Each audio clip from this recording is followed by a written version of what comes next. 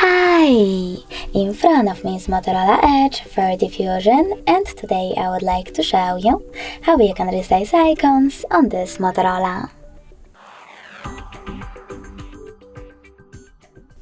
First of all, just hold your device's display. Now you need to click on Home Settings at the bottom and select Icon Size section. Following that, swipe left or right in order to pick the best one for you and click on the back button twice. As you can see, after that, size of my icons has changed.